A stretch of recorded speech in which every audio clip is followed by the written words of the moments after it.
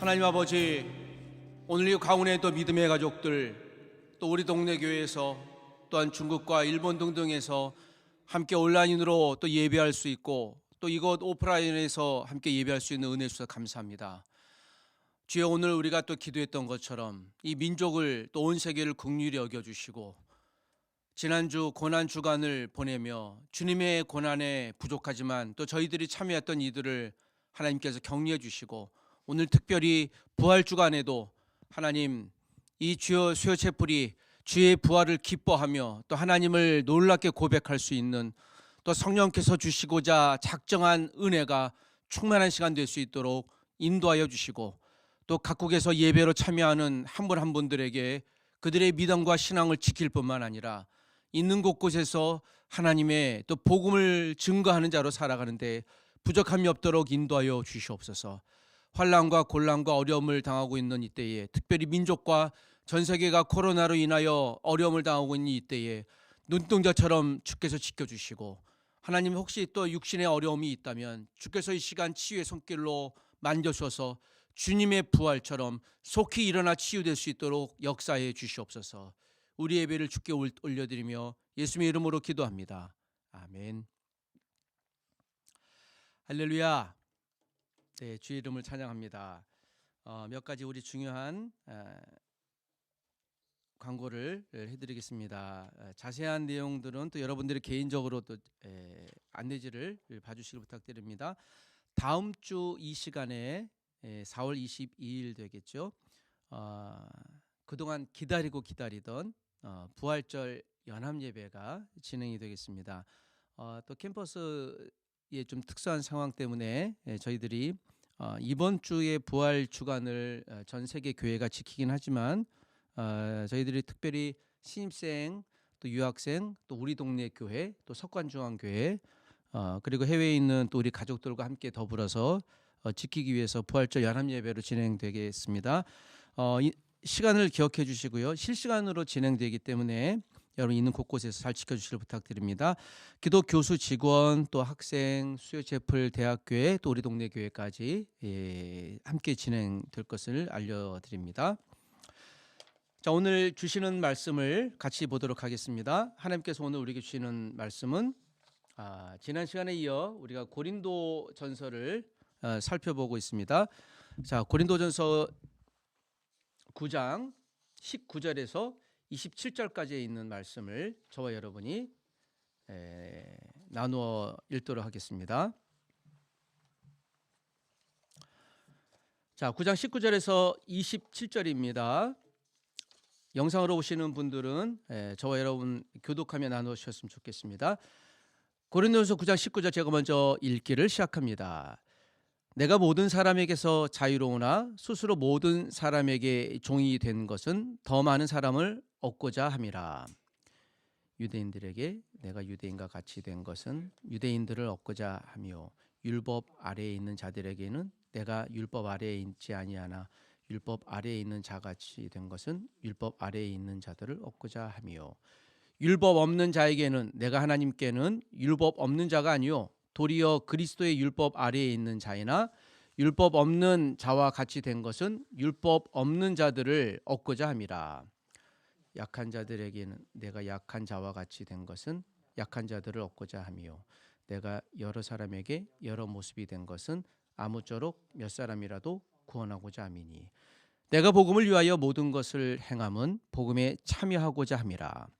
운동장에서 다름질하는 자들이 다 달릴지라도 오직 상을 받는 사람은 한 사람인 줄을 너희가 알지 못하느냐. 너희도 상을 받도록 이와 같이 다름질하라. 이기기를 다투는 자마다 모든 일에 절제하나니 그들은 썩을 승리자의 관을 얻고자 하되 우리는 썩지 아니할 것을 얻고자 하노라. 그러므로 나는 다름질하기를 향방 없는 것 같이 아니하고 싸우기를 호공을 치는 것 같이 아니하며 27절은 다 같이 읽습니다. 내가 내 몸을 쳐 복종함은 내가 남에게 전파한 후에 자신이 도리어 버림을 받을까 두려워함이로다. 아멘. 다시 한번 할렐루야를 있는 곳에서 크게 마음으로 외쳐볼까요? 할렐루야. 네, 여러분의 소리가 크게 들리는 것 같습니다. 오늘 특별히 일본과 중국에서도 함께 예배를 참여하고 있습니다. 멀리 우리 중국에 있는 가족들을 위해서 한번 마음속으로 크게 응원의 메시지를 보낼까요? 할렐루야. 네, 일본에 있는 우리 가족들에게도 할렐루야. 네, 감사하다고요. 저에게 지금 마음으로 메시지를 보낸 것 같습니다. 오늘 주시는 주의 말씀을 같이 살펴봅니다. 또 이야기 아니할 수가 없는데 우리가 매 주마다 또는 또 매일마다 현격히 변하는 시대에 우리가 살고 있는 것 같습니다. 코로나가 언제 끝날까 하는 기대감을 갖고 우리가 기도하고 있는데 하나님께서 우리뿐만 아니라 인류 가운데 특별히 은혜 주시기를 다시 한번 소원합니다. 또 제 주변에도 몇몇 분들은 고난당하시는 분들이 계신데 속히 회복될 수 있었으면 좋겠습니다. 자, 그러다 보니 우리 사회뿐만 아니라 전 세계 인류가 갖고 있는 그동안의 보편적인 삶의 기준들, 뭐 경제적인 기준, 정치 기준, 지극히 인간으로 갖고 있는 그런 기준들이 변화되는 것 같습니다. 재밌다라고 표현하기는 좀 어려울 것 같고요. 좀 오픈 이 위트 있는 글이 있어서 잠시 소개해 드립니다. 초등학생이 아마 썼던 글 같습니다. 코로나 시대의 슬기로운 초등학생 생활 규칙. 1번 주는 대로 먹는다. 2번 TV 끄라고 하면 당장 끈다. 3번 사용한 물건 즉시 제자리. 4번 한 번 말하면 바로 움직인다. 5번 엄마에게 쓸데없이 말 걸지 않는다.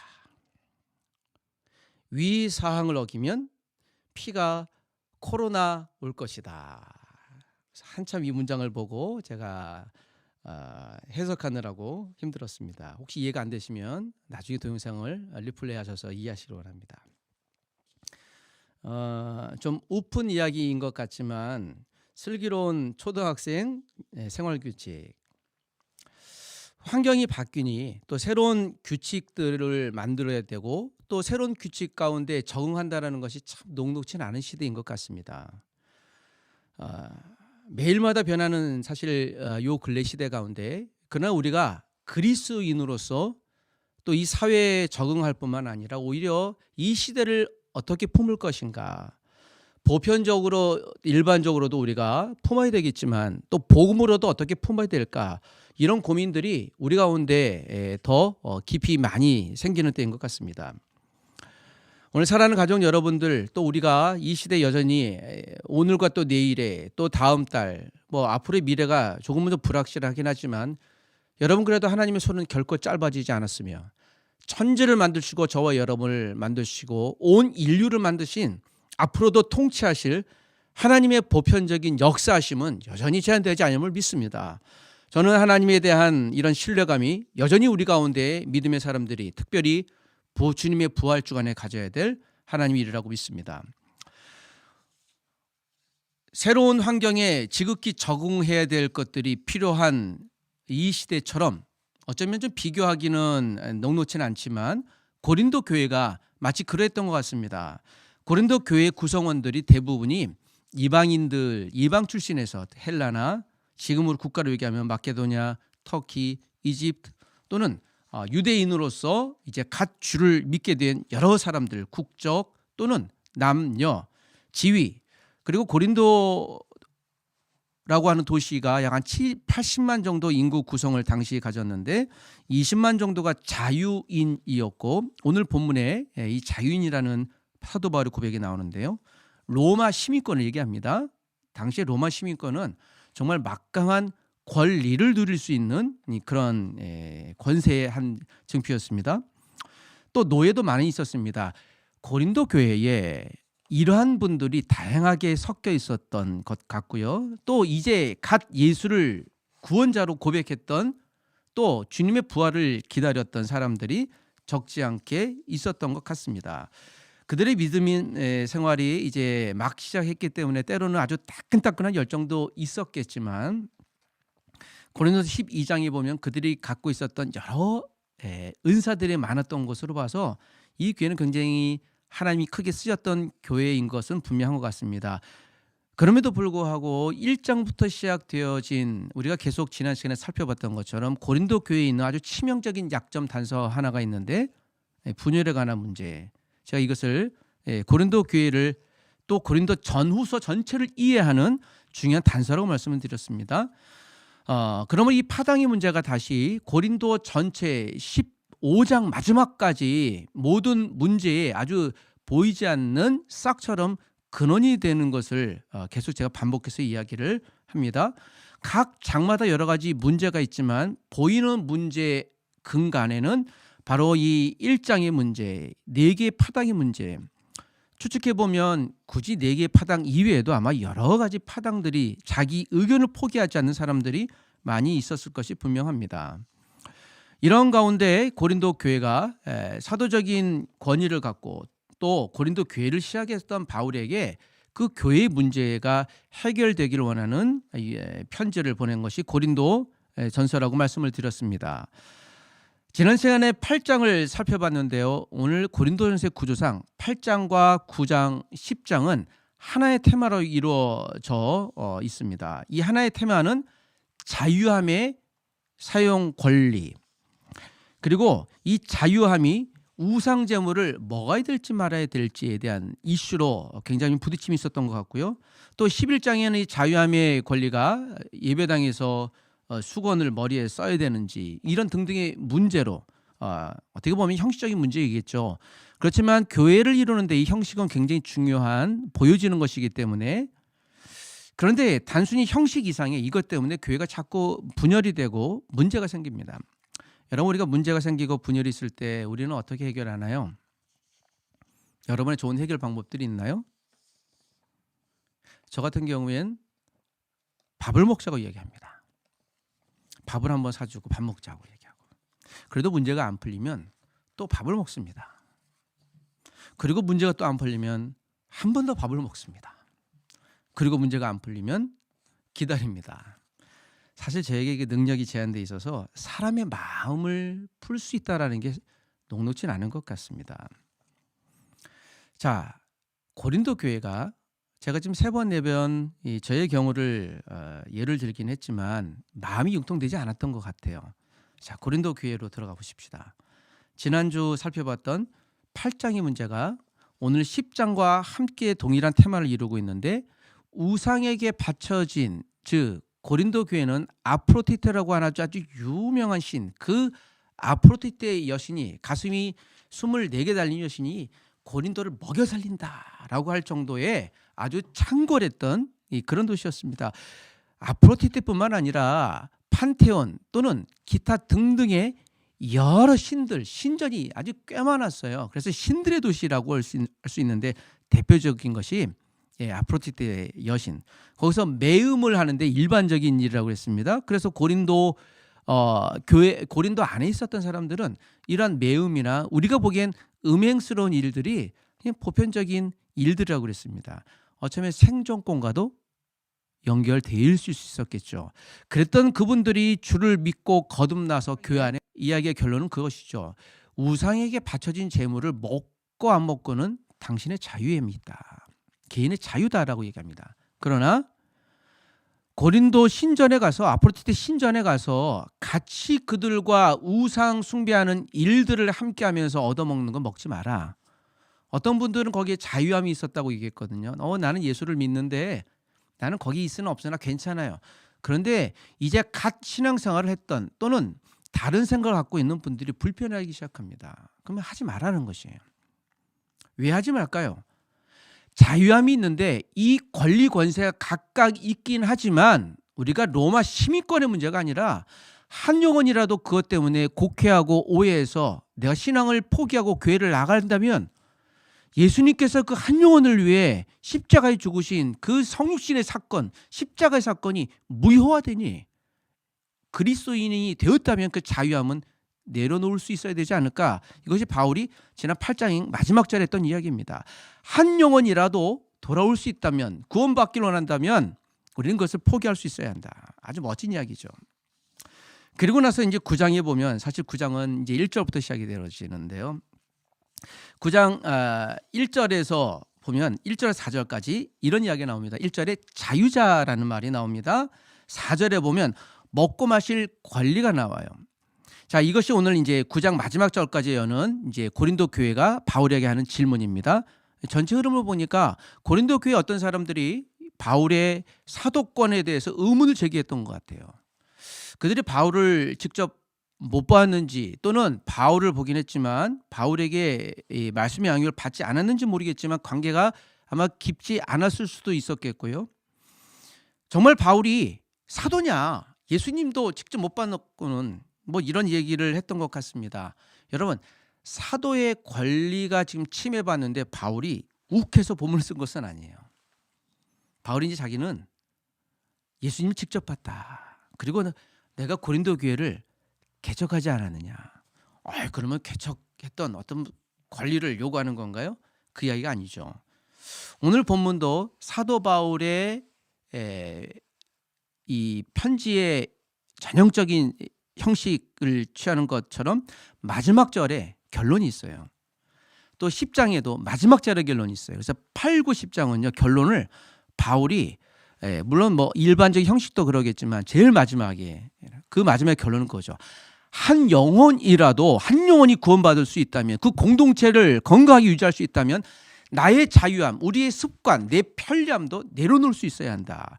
그런데 사도권은 사도가 문제가 아니라 예수님께서 나에게 주신 이 사도권을 내가 어떻게 활용했는지를 설득하면서 오늘 본문의 19절부터 27절까지 있었던 바울께서 왜 복음에 대하여 열정을 갖고 그는 로마 시민권을 갖고 있었던 자유인이었으나 그래서 1절에 자유인이 나와요. 자유인이요 로마 시민권으로서 가질 수 있는 권리도 포함이 됩니다. 그 권리를 나열할 수 없을 정도로 굉장히 많아요. 그런데 여러분 우리가 알고 있는 대로 바울은 고린도에 갔을 때 어떤 일을 하면서 먹고 살았던 것을 기억합니다. 바울이 가졌던 잡이 무엇이었나요?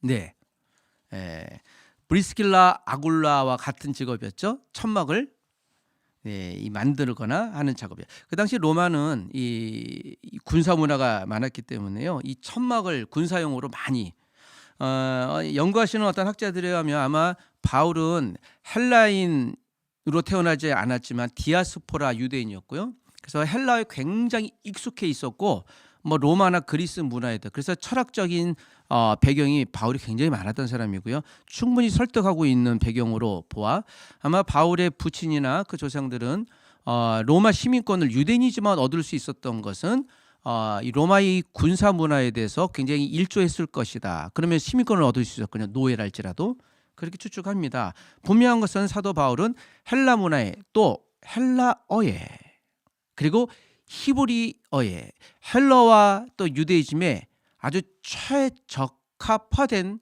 유능한 사람으로 알려져 있습니다.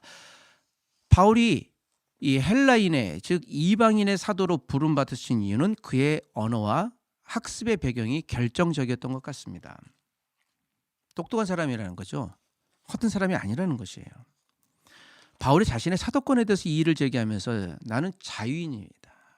I'm free. 이 이야기는 나는 로마 시민권이요 라고 하는 거예요. 여기는 아마도 교회 구성원들 가운데서도 로마 시민권을 갖고 있었던 사람 또는 노예들도 많이 있었겠지만 로마 시민권으로서 쓸 수 있는 권리 사용 안 합니다. 나는 내 스스로 내 생존을 책임지는 그런 사람이었습니다. 그런데 이것이요 오히려 고린도 안에 있던 사람들이 보기엔 좀 그렇게 설득이 안 되는 부분이 있었던 것 같습니다. 이 당시에 철학자들의 생계 유지 방법이 4가지가 있었는데 아주 부유한 후견인을 둬서 그들에게 후원을 받고 만찬이나 또는 어떤 행사에서 후견인을 대신해서 유명한 이 강연을 할 때 하는 사람. 두 번째는 학생들에게 수업료를 받는 그런 철학자들. 세 번째는 구걸하면서 이걸 이제 그 유명한 견유학파라고 하죠. 구걸하면서 자신의 철학을 이야기하고 생계를 유지하는.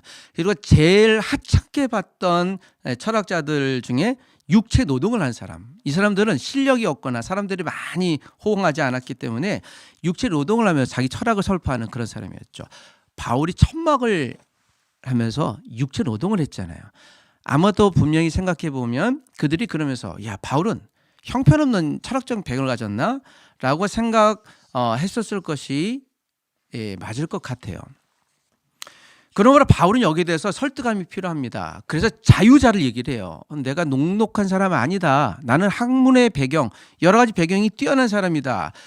자기 자랑이 아니라 바울이 얘기했던 그리스도에 대한 복음이 전혀 훼손되지 않기 위해서 자기 스스로를 변호할 만한 충분한 이유가 있었던 것이죠. 여러분, 우리가 그리스도인이 되어졌는데 그리스도인으로서 우리의 생활 거지가 사람들 보기에 녹록지 않으면 어떤 일이 벌어지겠습니까? 오래전의 일얘기입니다만 이제는 저희 자유함이 있습니다만 제가 이 학교 후문에서 제 아이들이 어렸을 때 후문 놀이터에서 그때 쉬는 날이었습니다. 이 반바지 입고 아주 선글라스 끼고 제가 나시티를 입고 여름이어서 이렇게 놀이터에서 놀아줬습니다. 한참 놀고 있는데 이제 아시는 우리 교수님께서 지나가시면서 인사를 하세요. 그런데 저를 한참 쳐다보시는 거예요. 그래서 제가 안녕하세요 하고 인사드리고 이렇게 갔는데요. 교수님이 이렇게 인사를 하는데 약간 멋쩍어 하셨어요. 그런데 이제 왔는데 제가 계속 기분이 썩 유쾌하진 않았어요. 그래서 이렇게 계속 왜 그럴까 생각해 봤더니 제 느낌입니다. 제가 학교 있을 때 양복 입고 또 그래도 좀 이제 잘 지켜야 되잖아요. 그래서 넥타이 매고 그러고 있다가 반바지에 나시티 입고 그 선글라스 땡땡이 끼고 시커먼 선글라스 끼니 좀 낯설지 않았던 것 같아요. 그래서 느낌에 어떻게 목사님이 채통이 있지 말이야 저렇게 했을까라는 느낌을 혼자 생각해 봤어요. 그런데 생각해 보면서 내가 누군가 내 복장이 어렵다면 안 하면 되지. 그게 필요 있겠나라는 생각을 했습니다. 여러분, 그래서 제가 다시는 학교 근처 놀이터에서 선글라스를 끼고 반바지 입지 않습니다. 보이지 않는 곳에서 합니다. 누군가에게 제 행동거지가 어려움을 주다면 여러분 안 하면 되죠. 자유로운데요.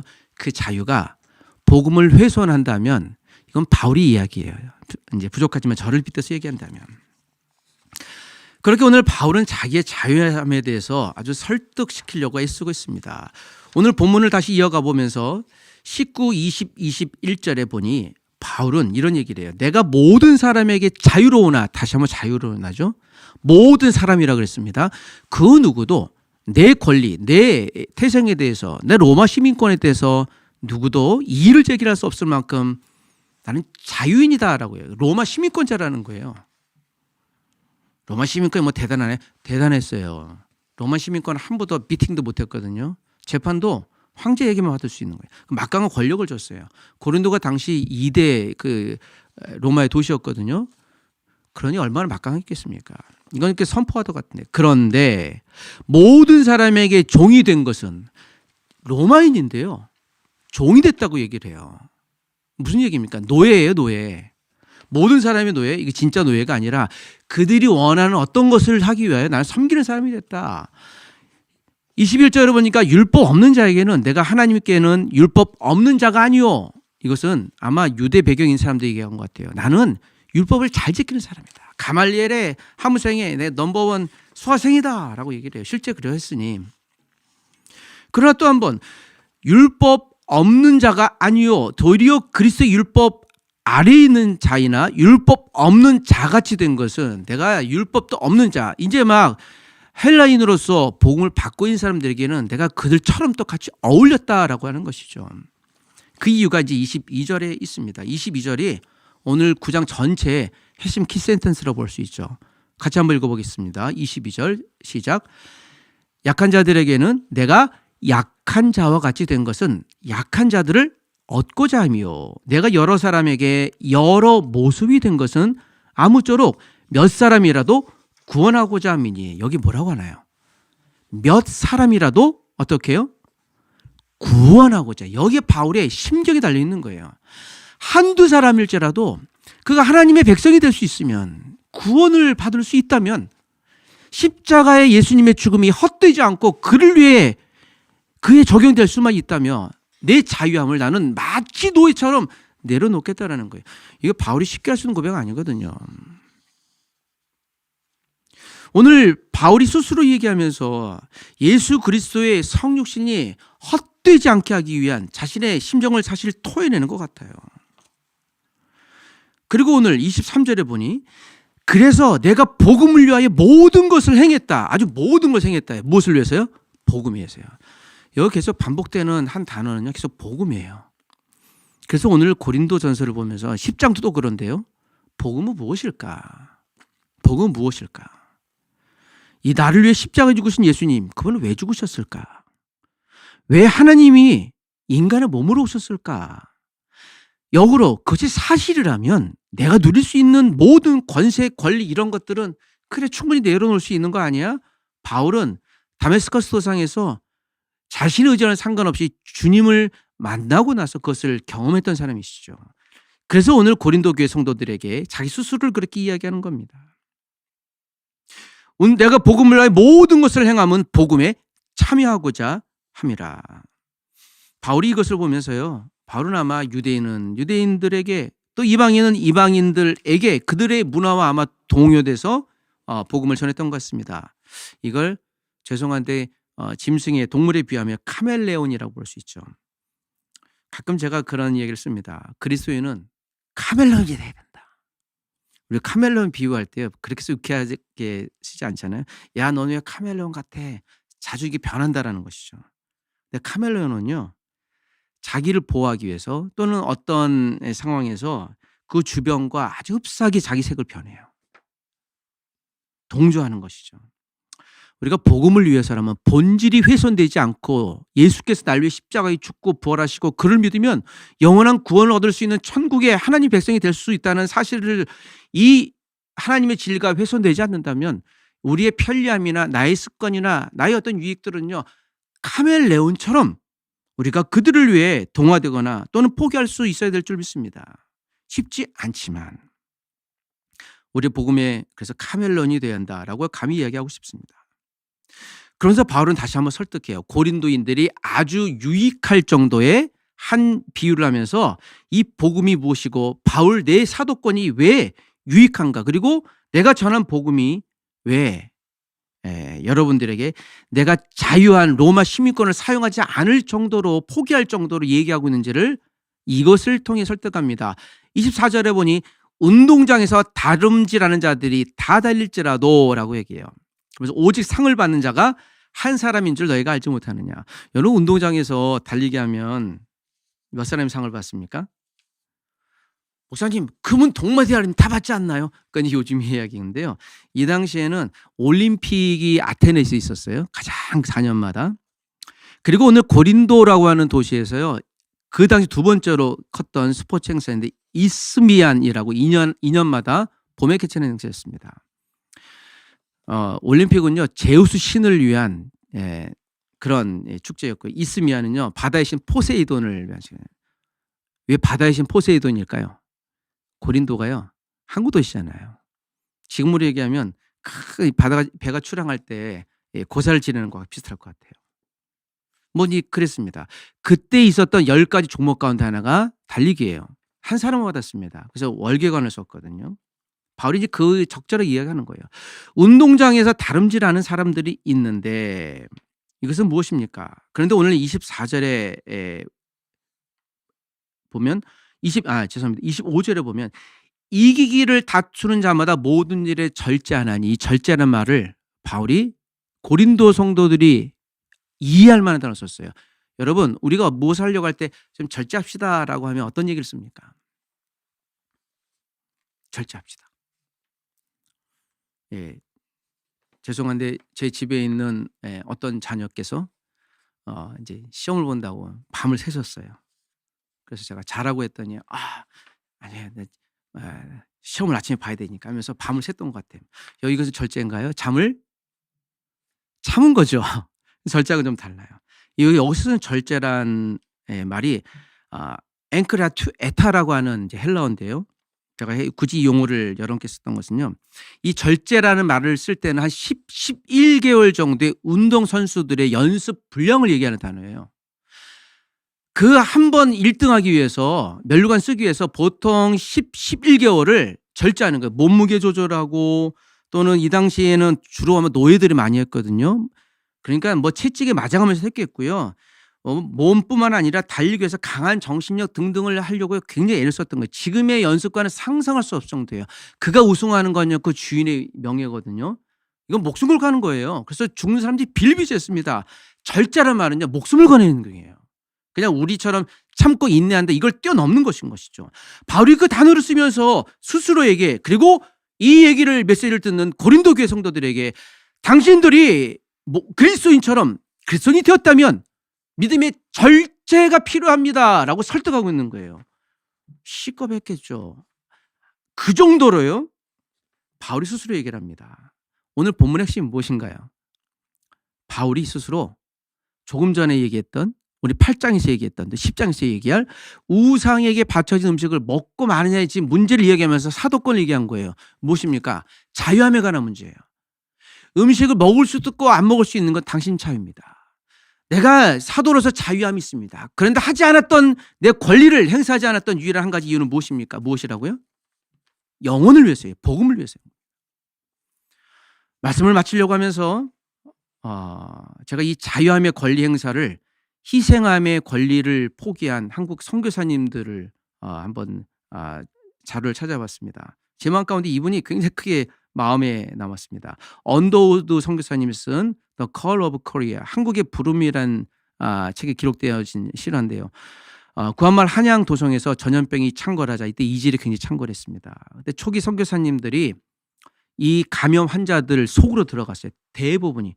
그리고 다 언급할 수는 없겠지만 굉장히 많은 분들이 돌아가셨어요.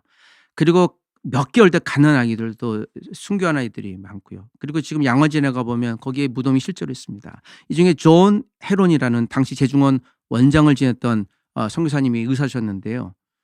그때 이질을 앓고 많이 죽어가는 이 조선 민중 앞으로 그냥 들어가신 거예요. 자기 몸으로. 마스크 하나 쓰고요. 그런데 이 광경을 지켜보던 당시 관리들은 지금 한양 도성으로 다 피해갖고 도망가는데, 아니 어떻게 선교사들은 그 안으로 들어갈까? 그래서 약간 퀘션을 갖고 있었습니다. 마침내 이질 전염병이 지나가자 그때까지만 해도 예수를 서양 귀신하고 조롱하고 질시하던 교회 근처 오지도 않던 나라의 뭐 양반부터 시작해서 빈부귀천 모든 사람들이 이 전염병이 끝나자 비로소 교회에 몰려오기 시작했다라는 기록을 언더우드 선교사님이 합니다. 이란 외국인들이 우리를 사랑한 처럼 우리도 우리나라를 사랑할 수 없을까? 그 당시 조선 사람들이 그렇게 얘기했대요. 무슨 까닭으로 저 선교사들은 왜 우리 가운데 들어와서 전염병을 앓고 있는 사람들에게 심지어는 자기 목숨까지 바쳤을까? 언더우드 선교사님이 여기서 또 살아났던 것 같습니다. 한국 교회에 계층을 가리지 않고 성도들이 몰려들은 것이 전염병이 끝나서부터라고 언더우드 선교사가 기록하고 있습니다. 이렇게 보면 한국 교회는요, 전염병과 함께 본격적으로 하나님께서 부흥하게 하신 교회라고 일컬어도 될 것 같습니다. 그 속에 많은 선교사님들의 순교가 있었던 것을 우리가 기억해야 될 것 같습니다. 우리가 불편하죠. 이 코로나로 인해 모이는 것. 우리 같이 한번 이 시간에 기도하기를 원합니다. 오늘 고린도 교회를 향한 이 바울의 고백처럼 한 영혼이라도 주님 앞에 돌아올 수 있다면, 또 주님 앞에 돌아왔던 영혼들이 실족하지 않고 복음으로 성장할 수 있다면 먹고 마시는 문제를 담대히 포기할 뿐만 아니라 오늘 바울께서 스스로 내가 로마 시민권에도 불구하고 내 권리를 행사하지 않는 마치 노예처럼 섬기는 자가 되기를 다짐했던 고백처럼 우리 한국교회가, 저와 여러분이 하나님이여, 우리가 이 교회 유지가 아니라 내가 성도로서 내가 신앙을 나만 유지하는 것이 아니라 복음이 필요한 이들을 위해 내가 섬김의 자리로 갈 수 있게 해달라고, 한국교회가 그 섬김의 자리를, 절제하는 자리를 지킬 수 있게 해달라고 우리 한번 잠시 동안 함께 기도하고 제가 오늘 예물과 또한 마무리 기도를 함께 진행하겠습니다. 같이 기도하십시다.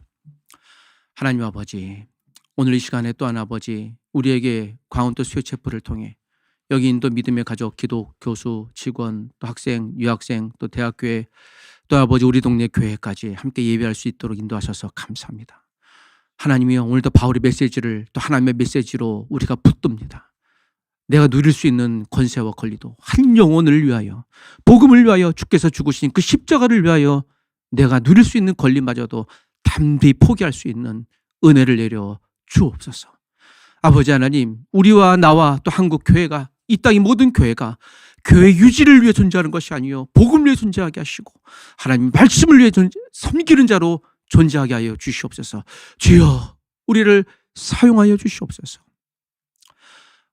하나님 아버지, 이 시간 사도 바울의 메시지를 통하여 하나님의 내가 누릴 수 있는 권세와 권리마저도 복음을 위하여, 한 영혼을 위하여, 혹 실족해 넘어지는 자가 있다면 그를 위하여 나의 권리마저도 포기하고 오히려 그를 섬기는 마치 노예 같은 섬김의 자리를 가기에 주저하지 않게 하여 주시옵소서.